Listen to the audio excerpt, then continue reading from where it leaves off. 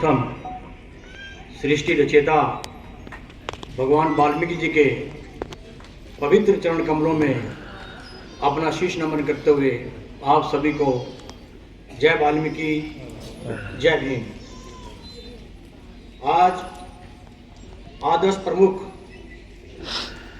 दर्शन रतन रावण जी द्वारा आयोजित शिक्षा सेमिनार, जिसका सब्जेक्ट है शिक्षा और रोजगार, तो आप सब यहाँ पहुँचे।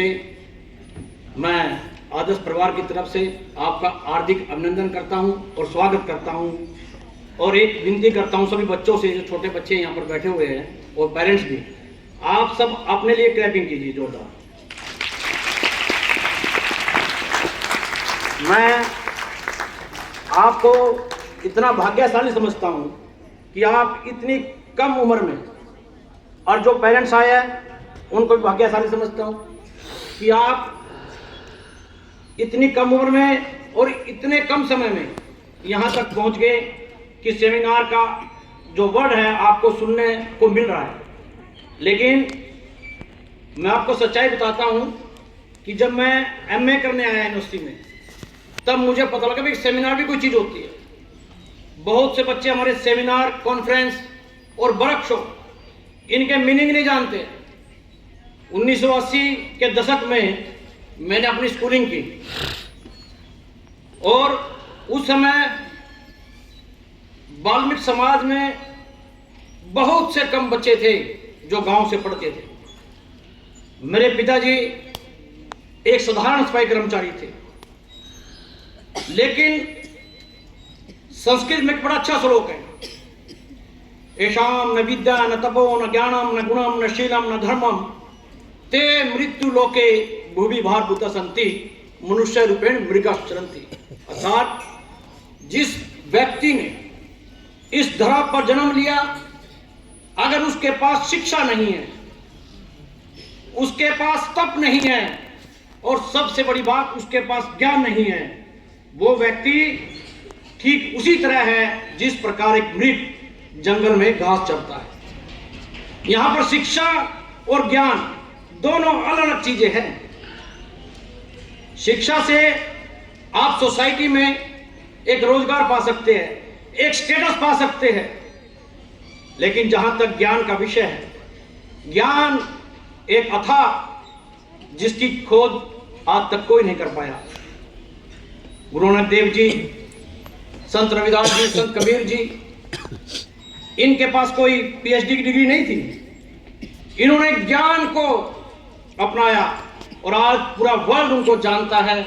जो व्यक्ति ज्ञानी है, एक अशिक्षित व्यक्ति भी ज्ञानी हो सकता है। शिक्षा सिर्फ आपको रोजगार की तरफ ले जाती है, और मेरा मानना है बाबा साहब अम्बेडकर को अगर आपने पढ़ा है तो आप पाएंगे, बाबा साहब अम्बेडकर ने जब शुरू में अपनी स्कूलिंग की तो वो बहुत औसत दर्जे के स्टूडेंट थे, लेकिन जब उनको एक खुलापन मिला, जब विदेश की धरती पर वो कैम्ब्रिज, ऑक्सफोर्ड जैसी यूनिवर्सिटी में वो पढ़ने गए, तब एकाएक उनका जो एजुकेशन स्टेटस था वो ऊपर निकलता चला गया।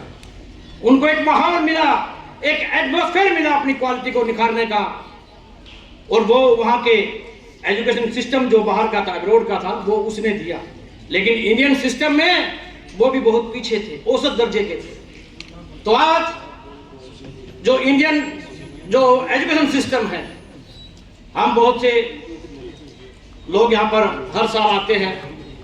आज मैं बहुत से लोगों को सुन रहा था, बड़ा अच्छा लगा कि हमारे समाज के लोग इतनी बुद्धिमत्ता के साथ और इतने अच्छे ढंग से आप लोगों को समझा रहे थे, तो तभी तो मैं आपको भाग्यशाली समझ रहा हूँ। क्योंकि हमारे समय में तो हमें कोई समझाने वाला भी नहीं था, लेकिन उस परमपिता परमेश्वर ने, भगवान वाल्मीकि जी ने एक रास्ता दिखाया। और मैंने 96 में नेट किया, उस समय नेट के बारे में पता नहीं था लोगों को। फिर मैंने जेआरएफ किया और सेलेक्ट क्वालिफाई किया, और मैं 97 में असिस्टेंट प्रोफेसर लगा। 22 साल की उम्र में मैं असिस्टेंट प्रोफेसर लगा। और तब मेरे पिताजी मुझे कहते थे, बेटा ये जो लाल मकान है ना, ये जो लाल कोठियां हैं जहां पर बड़े बड़े लोग रहते हैं, अफसर रहते हैं, ये बनना है, तहसीलदार बनना है।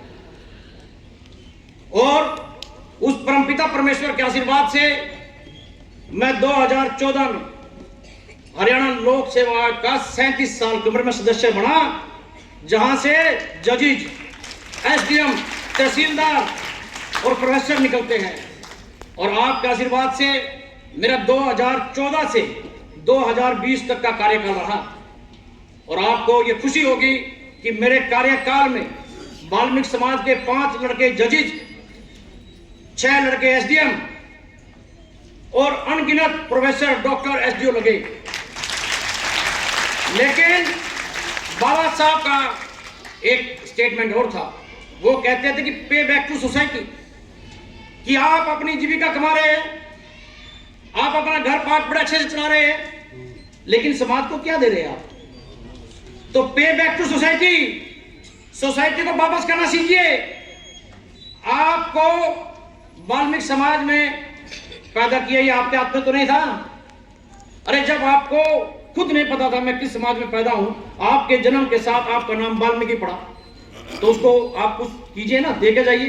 अगर आपके पास है तो आप तुरंत देना सीखिए, क्योंकि हर व्यक्ति के पास कोई ना कोई खर्च चलता रहता है, हर व्यक्ति अपने बच्चों के लिए करता है। लेकिन जो बाबा साहब का सपना है कि छोटे छोटे कैच देम यंग, छोटी एज के बच्चों को निखारा जाए, प्रतिभाओं को निखारा जाए, तो इस तरह के जो सेमिनार है ये बोरिंग बड़े लगते हैं। हम भी सोचते थे कहां फंसे यार जब क्लासेस में जाते थे, लेकिन बाद में पता लगा कि यही तो है जीवन, यहीं से आप आगे बढ़ेंगे। तो मेरी आपसे प्रार्थना है, अभी बच्चे को मैं सुन रहा था कि जो न्यू इन्वेंशन कर रहा था, कि मैं न्यू टेक्नोलॉजी में लाइब्रेरी का जिक्र किया था, तो वाल्मीकि उपवन पर जो लाइब्रेरी है, लाइब्रेरी में आप वो सब चीजें नहीं दे सकते। मैं अभी वर्ल्ड में बहुत घुमा हूं, मैंने लंदन से पीएचडी की है, एक इंडिया से पीएचडी की है। आप बड़ी बड़ी यूनिवर्सिटी में जाइए तो वहां पर भी सब कुछ नहीं मिलेगा आपको। जिसका रिसर्च में इंटरेस्ट है, जब हम किसी से पीएचडी करवाते हैं, मैंने तो 20-25 लोगों को पीएचडी कराई है, तो जो बच्चा पीएचडी हमारे पास करता है आके, तो हम उससे तो कहते हैं खोज करके ला, जाइए मेहनत कीजिए, फील्ड में जाओ। तो फील्ड से तो जाके लेता है, वो जो डाटा लेता है वो जब खोज करेगा तो फील्ड में उतरना पड़ेगा ना आपको। तो वो जो लाइब्रेरी बन रही है, जो बच्चे रिसर्च करना चाहते हैं, तो उससे रिलेटेड मटेरियल, ये आपकी भी रिस्पॉन्सिबिलिटी है। आपको किसी भी लाइब्रेरी में हर सब्जेक्ट की और हर जरूरत की चीज नहीं मिल सकती, एक कोशिश है तो। लेकिन इसके लिए आपको खुद को अपने लिए एफर्ट्स करने पड़ेंगे। और आप तो एक ऐसी जगह है जब व्यक्ति सोचता है ना कि मेरे पास कोई रास्ता नहीं है, अगर उसको रास्ता दिखाने वाला हो कोई, तो यकीन मानिए वो व्यक्ति आगे जरूर बढ़ता है। इस संसार में करीब 800 करोड़ की आबादी है, 198 के आसपास कंट्री है। किसी भी व्यक्ति की ना हाथों की रेखाएं मिलती, यहां तक कि आवाज भी नहीं मिलती। ये जो मैं बोल रहा हूं ये ब्रह्मांड में रहेगा, जितनी भी आवाज है। ये जो मोबाइल है, इसी को तो असेंबल करके सुना रहे हैं अमेरिका में। ये जो मैं बोल रहा हूं, ये जो मोबाइल है, इसमें एक ऐसा सिस्टम है कि वो मेरी आवाज को असेंबल करके अमेरिका भेज रहा तुरंत। तो कुदरत ने आपको इतना बड़ा शरीर दिया है, और ये बिल्कुल अलग है पूरी सृष्टि में, पूरे ब्रह्मांड में इसका दूसरा नहीं है कोई। जो ट्विंस है, जो जुड़वा है, उनके भी आपस में हाथों की रेखाएं, आंखों की पुतली, आवाज नहीं मिलती। तो आप के पास एक ऐसी बॉडी है जिससे आप अपने लिए और अपने समाज के लिए और अपने परिवार के लिए कुछ कर सकते हैं, बशर्ते आपको आगे आना होगा। जो एजुकेशन है उसका क्या मोटो है? Education is the study of body, mind and soul. कि भाई बॉडी की स्टडी, माइंड की और आत्मा की। और जो शिक्षा है उसको धर्म से जोड़कर भी देखा जाना चाहिए। क्योंकि भगवान वाल्मीकि जी ने जब लव कुश को शिक्षा दी थी तो खाली तीरंदाजी नहीं सिखाई थी, उन्होंने को म्यूजिक भी सिखाया था। वो बड़े अच्छे गाते भी थे, गायन वादन में उनका बड़ा वो था। और आपको ये हैरानी होगी कि वाल्मीकि समाज के बहुत से प्रतिष्ठित, जैसे लक्ष्मीकांत प्यारेलाल है, वाल्मीकि समाज से थे। तो मैं बहुत से लोगों को जानता हूं बॉम्बे में भी कि अलग अलग उसमें लोग जा रहे हैं। और मेरा मानना यह है कि आप अपने टैलेंट देखो, आपको अपने ऊपर कोई चीज थोपनी नहीं है कि मैंने तो ये लेना है, मैंने वो लेना, क्वालिटी आप में है नहीं। Practice makes a man perfect, ये बात है। लेकिन एक जो चित्रकार है, जो एक मूर्तिकार है, एक मूर्तिकार मूर्ति को तराश रहा है, आप कोशिश कर लो, आप नहीं तराश पाएंगे, कितनी पढ़ाई कर लो।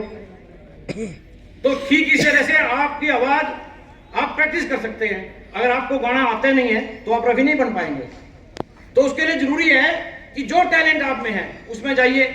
मैं इंटरव्यू में देखता था, मैं यूपीएससी की स्टैंडिंग काउंसिल मेडिकल मेंबर रहा, वहां मैं देखता कि हमारे समाज के बच्चे बहुत आते हैं। 2020 तक इतने बच्चे आते थे एक पोस्ट के अगेंस्ट, मुझे लगता है कि 10-10 बच्चे आ जाते थे वाल्मीकि समाज के। आज बच्चे बहुत ज्यादा नेट क्वालिफाइड है। अब 96 में तो मैंने नेट किया है, तो ऐसी बात नहीं है कि हमारे पास आजकल बच्चे नहीं आते हैं, बच्चे आते हैं। लेकिन आपने क्वांटिटी नहीं, क्वालिटी मेंटेन रखनी है। आपने अपना जो अब जो है, गधों के लिए नौकरी नहीं है, घोड़ों के लिए है। आपने घोड़े बनना है, गधों के लिए ना पहले नौकरी थी ना अब है। आप अपनी काबिलियत को निखारो और ये मत करो किसी ने बीएससी लिया तो मैं बीएससी लूंगा। भाई जितने भी IAS IPS, maximum IAS IPS जो मेडिकल बैकग्राउंड से है, जो इंजीनियरिंग बैकग्राउंड से है, वो पॉलिटिकल साइंस हिस्ट्री लेकर यूपीएससी क्लियर करते हैं। ये मैंने देखा इंटरव्यू के बाद। तो कोई भी सब्जेक्ट बुरा नहीं है। और हमें बहुत सी चीजें मैं साहब से डिस्कस करता रहता हूं कि जैसे कि हमारे देश में जैसे असिस्टेंट प्रोफेसर है। अब यूनिवर्सिटी जो है, मैं चूंकि यूनिवर्सिटी में रहा, तो यूनिवर्सिटी में क्या है कि 4 असिस्टेंट प्रोफेसर होते हैं, डिपार्टमेंट होता है, उसमें 7 लोग होते हैं। 1 प्रोफेसर, 2 एसोसिएट प्रोफेसर और 4 असिस्टेंट प्रोफेसर। अब 7 पोस्ट है, लेकिन जो 4th पोस्ट है उस पर तो रिजर्वेशन है, 5वीं 6ठी पोस्ट पे रिजर्वेशन नहीं है, ना 7वीं पे है। मतलब हमारे को 7 पर 1 पोस्ट पर रिजर्वेशन मिल रही है। तो कितना लोग से हमारा, तो हमारे को तो टोटल जो 22% मिलना चाहिए था आरक्षण, वो हमें मिल रहा है 7-8%। तो ये तो एक यूनिवर्सिटी में है। बाकी जगह आप जाएंगे तो देखेंगे कि क्लास 1 और क्लास 2 में प्रमोशन में भी अब कई जगह स्टेट में हुआ है, तो कई जगह नहीं है। और दूसरा, बाबा साहब डॉक्टर भीमराव अम्बेडकर, जो हमारे लोगों ने पढ़ा होगा, उनकी एक बात और अच्छी थी। मैं पिछले दिनों इंग्लैंड में बाबा साहब अम्बेडकर ने जहाँ से 1920 से 1922 तक अपनी डॉक्टरेट की थी, तो उसको गवर्नमेंट ने म्यूजियम बना दिया है। आप कभी जाए लंदन तो देख के आना। मैं वहाँ पर 3-4 बार गया हूँ। तो वहाँ पर बाबा साहब की बुक्स, उनके रिसर्च पेपर, उनका लिटरेचर, उनके क्लॉथ, सब कुछ मिलता है वहाँ पर। उनकी बुक्स भी मिलती है वहाँ पर। आप जाओगे तो देखेंगे, आपको प्रेरणा मिलती है। ये सब मोटिवेशन के तो है। तो बाबा साहब ने कहा था कि अगर आप लोग जो सक्षम लोग हैं, मेरा अपना मानना है, मैं जब 2014 में अपने जॉब से बीआरएस लिया तो मुझे लोगों ने कहा भाई अभी तो आपकी बड़ी एज थी, आपने जॉब छोड़ दिया। लेकिन अगर मैं जॉब छोड़कर पॉलिटिक्स में नहीं आता तो क्या मैं अपने समाज के 100 बच्चों को प्रोफेसर लगा सकता था? कभी नहीं लगा सकता था। तो बाबा साहब कहते थे कि जो योग्य व्यक्ति है, सभी तालों की एक चाबी है, वो है राजनीति, पॉलिटिक्स। अगर हमारी बच्चियां जिनके अंदर समाज की पीड़ा है, जो समाज का सिस्टम चेंज करना चाहते हैं, तो ऐसे लोगों को राजनीति में आना चाहिए। क्योंकि हमारे साथ विडंबना क्या है, जहां कानून बनता है, जहां पॉलिसीज बनती है, वहां हमारे समाज के इलिटरेट लोग बैठे हुए हैं। अगर हम में से वहां पर जाएंगे, अगर हमारे बच्चे पढ़ लिखकर मेंबर पार्लियामेंट बनेंगे, एमएलए बनेंगे, विधानसभा में आवाज उठाएंगे, तो क्या इससे हमारा विकास नहीं होगा? क्योंकि मेन तो पावर डेमोक्रेसी में उनके पास है।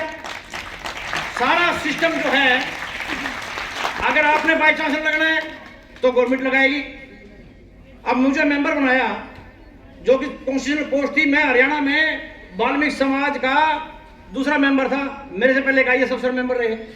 और पंजाब में तो मुझे लगता है कि आज तक कोई मेंबर बना नहीं है शायद वाल्मीकि समाज का। तो ये सब चीजें जो है, तो जो योग्य बच्चे हैं जो समाज को बदलना चाहते हैं, तो मेरी उनसे प्रार्थना है कि अगर आपके अंदर टैलेंट है, आपके अंदर समाज के प्रति पीड़ा है, तो आप इस फील्ड में भी आए, ताकि हम यहाँ पर अपने लोगों का भला कर सके, क्योंकि सारी पावर यहीं पर है डेमोक्रेसी में। तो मैं ज़्यादा समय नहीं लेता। हमारे एक डॉक्टर पैबलाव है, बड़े साइकोलॉजिस्ट हुए, उनकी एक थ्योरी है कंडीशन रिस्पॉन्स थ्योरी। वो एक ऐसी थ्योरी है कि अगर 6 महीने का बच्चा भी कुछ सिखानो ना, तो कंडीशन रिस्पॉन्स थ्योरी से सिखाया जा सकता है। अगर हम एक 6 महीने के बच्चे को सिखाए, अगर हम एक जानवर को भी सिखाए ना, तो कंडीशन रिस्पॉन्स थ्योरी से एक जानवर को भी सिखाया जा सकता है। उन्होंने बड़े प्रयोग किए हैं। तो जो हमारे धर्म गुरु हैं दर्शन रत्न रावण जी, इन्होंने जो वाल्मीकि उपवन पर ये जो एक छोटा सा पौधा लगाया है लाइब्रेरी का, तो ये कंडीशन रिस्पॉन्स थ्योरी का ये है कि जहां पर आप सबको वो सीखने को मिलेगा जो आपके अंदर काबिलियत है, बशर्ते आप सीखते कब है, जब आप किसी के प्रति समर्पित हो जाते हैं।